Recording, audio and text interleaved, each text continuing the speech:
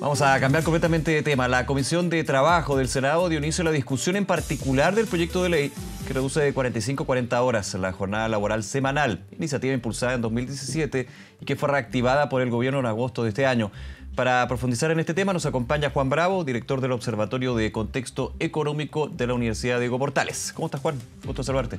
Hola, Nicolás. Muy buenos días. Gusto de saludarte. Juan, quiero partir un poco por la discusión porque he tenido varias conversaciones con respecto a estas indicaciones que presenta el proyecto, pero por sobre todo el proyecto de reducir de 45 a 40 horas semanales la jornada laboral. Y si uno hace el contexto de prepandemia, antes, varios años atrás, el tema de reducir la jornada laboral tenía muchísimos sectores contrarios. Por los elementos que podemos ir comentando. Ahora, ¿tú notas dentro de tu experiencia también como que hay una mirada bastante más transversal de que es necesario reducir la jornada laboral? Sí, efectivamente. Yo siento que hay un cambio de actitud hacia este proyecto. Yo lo atribuyo a varias razones. Primero, a que a medida que ha pasado el tiempo, se ha podido ir estudiando más este tema, ¿cierto? Ir revisando las experiencias internacionales, como ha pasado un tiempo ya bastante extenso desde la primera vez que se habló de esta posibilidad, ¿cierto? Entonces eso también ha dado tiempo de ir investigando. Y cuando uno ve la experiencia internacional, ve casos exitosos de reducción de jornada. Hay evidencia de países que han podido reducir la jornada sin generar impactos negativos en el empleo. Entonces, eso por un lado, yo siento que ha habido un tiempo desde el punto de vista de la evidencia para ir comprendiendo mejor el tema. Y lo segundo es que ocurrieron eventos que son el estallido social y la pandemia, que obligaron a las empresas a tener que reorganizarse. Claro. A raíz de estos eventos. Por ejemplo, en el estallido social, uno ve las cifras del INE, cómo aumenta la prevalencia de personas que trabajan jornada completa, pero menor a 45 horas. ¿Y por qué Porque salían más ocurrió eso? temprano. Tenían que salir más temprano para evitar cualquier tipo de problema. Exactamente, los trabajadores tenían que, ¿cierto?, salir antes para poder tomar la locomoción, Sí. ¿cierto?, evitar algún conflicto, que sufrieran algún percance, ¿cierto?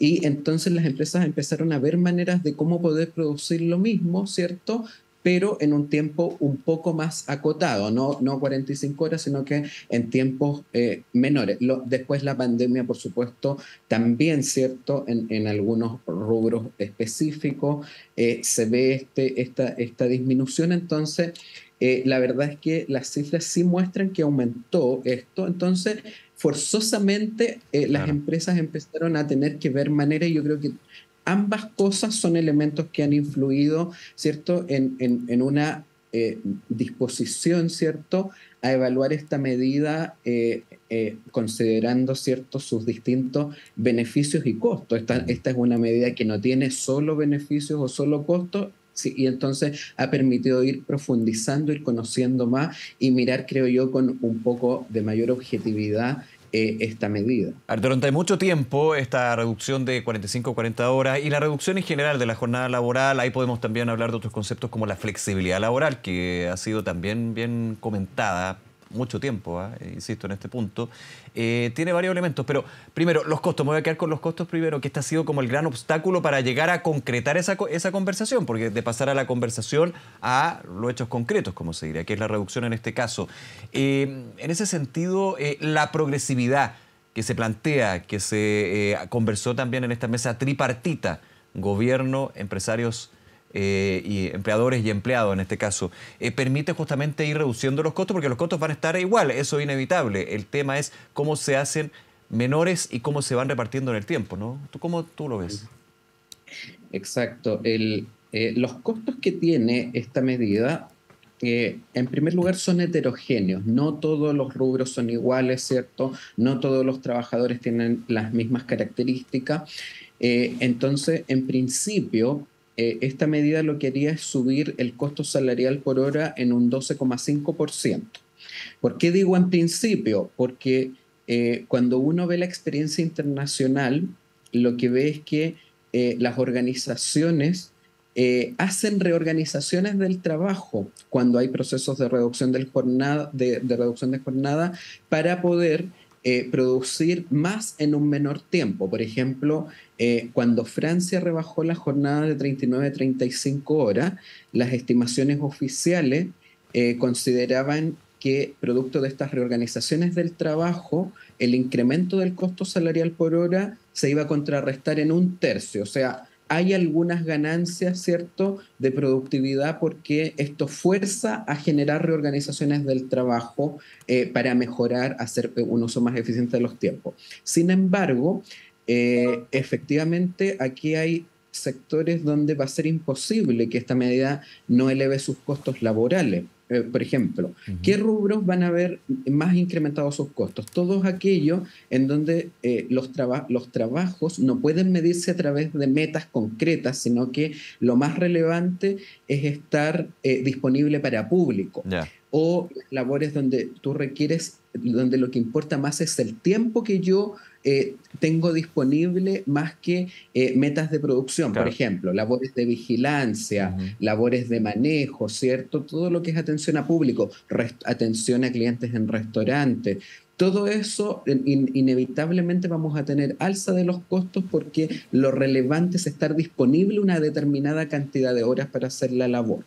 Entonces, esto es bien heterogéneo y por lo tanto sería inevitable el alza de costos salariales por hora, pero justamente lo que nos dice la evidencia internacional es que hay dos grandes aspectos que nos permiten contrarrestar esa alza de costo y por lo tanto reducir al mínimo los eventuales impactos negativos. Y esos son la gradualidad, por un lado, que significa que se vaya implementando con el paso del tiempo esto de a poco, esta medida, y la adaptabilidad, ¿cierto? Y en el caso del proyecto del gobierno, la gradualidad que propone es una gradualidad totalmente Sí, razonable, 5 años. prudente, que son 5 años, ¿cierto? Y entonces esta medida lo que va a permitir, ¿cierto?, es que facilitar el diseño y la implementación de estrategias de reorganización productiva que permita poder producir de una manera más eficiente en un menor tiempo, no generar efectos abruptos, ¿cierto? Trastornos en los procesos productivos cuando uno rebaja muchas horas de manera inmediata, genera trastornos en los procesos productivos que afectan no solo a los empleadores, sino que también a los trabajadores y a mi juicio esta es una gradualidad absolutamente razonable y muy valorable que se haya escuchado a los técnicos. En la parte de adaptabilidad, la propuesta sí contiene medidas de adaptabilidad, que son esencialmente dos. Una es esta posibilidad de horarios de ingreso y salida diferida, y la segunda medida es la compensación de horas extraordinarias con tiempo libre. Ahora, estas medidas son bastante positivas, yo también las valoro mucho como medidas de adaptabilidad, pero a mi juicio el problema es que su ámbito de aplicación sería acotado, así como lo está planteando el gobierno en este momento, porque esas medidas se acotan solo a ciertos segmentos de trabajadores. Por ejemplo, la compensación de horas extraordinarias con tiempo libre solo se permite para madres o padres de niñas o niñas hasta 12 años y también ofrece la oportunidad para poder hacer estos pactos en el caso con los sindicatos. Claro.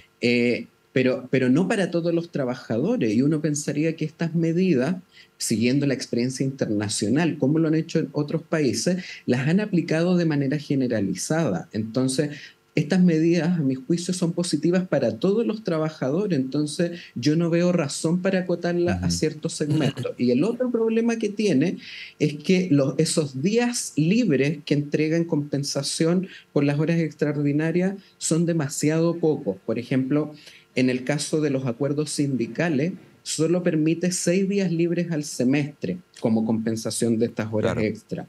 Y en el caso de los padres o madres de niñas y niños de hasta 12 años, solo le permite 5 días libres al año. Entonces, ahí a mi juicio, Si bien siento que este proyecto va bien encaminado e insisto en valorar que el gobierno haya escuchado a los técnicos en incorporar medidas de gradualidad y adaptabilidad, siento que puede mejorar significativamente si estas medidas de adaptabilidad que ya contempla el proyecto se ampliaran a todos los trabajadores sin exclusiones y sin distinciones.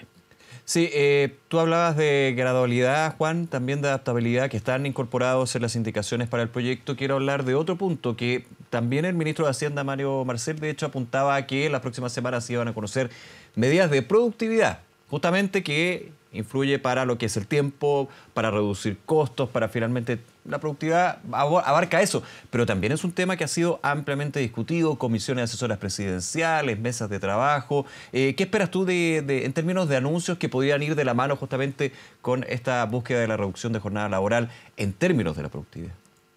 Ujú. Sí, bueno, aquí hay varias elementos que se pueden incorporar para ir mejorando. Por un lado, yo espero que ojalá mejore todos los temas de adaptabilidad laboral, ¿cierto?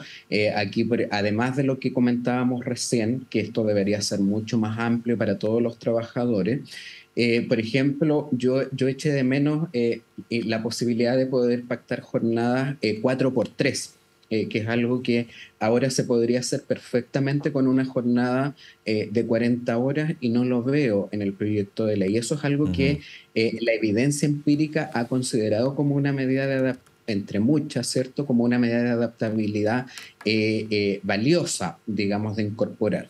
Eh, También aquí uno esperaría, yo creo que una cosa donde tenemos una tarea pendiente bien hace mucho tiempo, que tenemos bien rezagada, es mejorar los esquemas de capacitación, formación continua y reconversión laboral.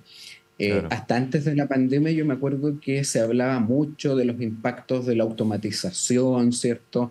De cómo este proceso va avanzando con esta cuarta revolución industrial que estamos viviendo. Y claro, con la emergencia, ¿cierto?, de la pandemia, todos esos temas quedaron de lado. Y a mi juicio es hora de volver a retomar esa agenda. Tenemos que mejorar significativamente nuestra agenda ligada a la capacitación, formación continua y reconversión laboral. Hoy día sabemos, la evidencia empírica lo dice, que las capacitaciones tienen un impacto muy bajo o nulo en la empleabilidad, en los salarios de los trabajadores, y eso ocurre porque no está incrementando la productividad, y eso se debe a que tenemos cursos demasiado breves, que no son atingentes, ¿cierto?, a las necesidades que hoy día tienen las empresas. Ujú. Se mide solo asistencia y no conocimientos, no aprendizaje. Tenemos temas con la franquicia tributaria, ¿cierto?, que no está llegando a muchos trabajadores, que se enfoca en un segmento específico. Tenemos una serie de problemas en nuestro sistema y a mí me encantaría escuchar entonces que se retoma la agenda de avanzar en una nueva arquitectura del sistema de formación continua y capacitación, y en todas estas medidas que tienen que ver con mejorar, ¿cierto?, Bien. nuestros sistemas de franquicia tributaria y de incentivo para la capacitación y la formación continua, que son elementos esenciales, ¿cierto?, de la productividad laboral. La productividad laboral depende del capital humano de las personas, y eso es, por un lado, la educación formal, pero también lo que tiene que ver con capacitación y formación continua y con la experiencia en el trabajo. Entonces, ahí Claro. tenemos un pilar que es todo este pilar de la capacitación y formación continua, y que ojalá se pudiera retomar esa agenda. Juan Bravo, como siempre, muchísimas gracias por conversar con nosotros aquí en Canal 24 Horas. Un abrazo, que te vaya bien. Encantado, muchas gracias, Nicolás, un Nos vemos, abrazo. chao, buen día.